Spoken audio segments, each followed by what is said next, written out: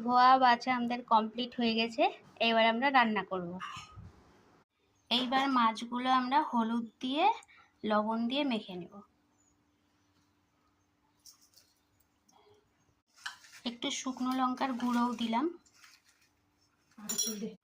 এবার ভালো করে মেখে নেব।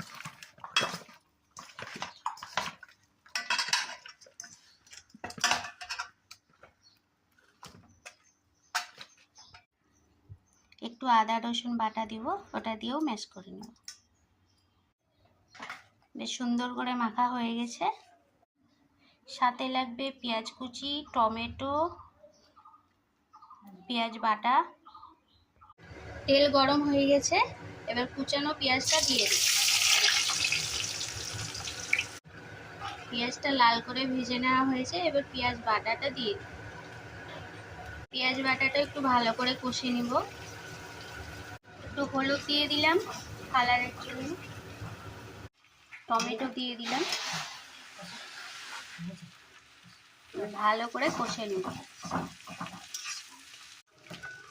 একটু আদা রসুন বাটা দিয়ে দিয়েছি, দেখানো যায় না। মশলাটা কষানো হয়ে গেছে, এবার মাছগুলো আমরা ঢেকে কষানো চলছে।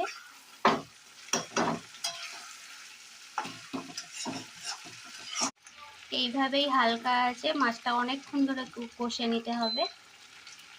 হালকা আছে এইভাবেই কষতে থাকতে হবে, নাহলে মশলাটা লেগে যাবে। এবার জল দিয়ে দিব, মাছটা সিদ্ধর ব্যাপার আছে। পরিমাণ মতো জল দেওয়া হয়ে গেছে। এবার একটু স্বাদ মতো চিনি দিয়ে দিলাম, ভালো লাগে খেতে। টাটকা মাছ না ভেজে এইভাবে কষে রান্না করলে খেতে খুব ভালো লাগে। আপনারাও একবার ট্রাই করবেন।